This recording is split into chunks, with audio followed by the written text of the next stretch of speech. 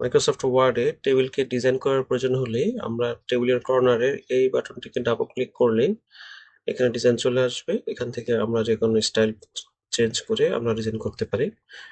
যদি নিচে rho create করার প্রয়োজন হয় তাহলে আমরা একদম লাস্ট সেলে ক্লিক করে কিবোর্ড থেকে ট্যাব বাটন প্রেস করে রাখলেই আপনার রো ক্রিয়েট হতে থাকবে।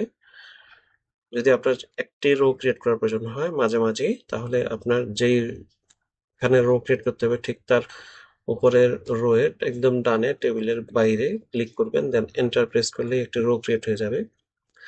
যদি আপনার একটি কলাম ইনসার্ট করার প্রয়োজন হয় তাহলে আপনি যেখানে কলাম ইনসার্ট করার প্রয়োজন সেইটার আশেপাশের কলাম সিলেক্ট করবেন অথবা ক্লিক করবেন, দেন মাউসের রাইট বাটন ক্লিক করে ইনসার্ট থেকে লেফট অথবা রাইট চুজ করে আপনি ক্লিক করলেই ওটার কলাম ইনসার্ট হয়ে যাবে।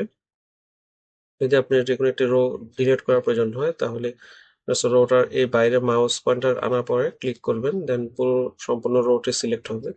দেন কিবোর্ড থেকে ব্যাক স্পেস প্রেস করলেই রিমুভ হয়ে যাবে রোটি। ঠিক একইভাবে এই কলামের উপরের দিকে এই যে তীর চিহ্ন আসার পর আপনার সিলেক্ট করবেন, করার পরে ব্যাক স্পেস প্রেস করলেই রিমুভ হয়ে যাবে।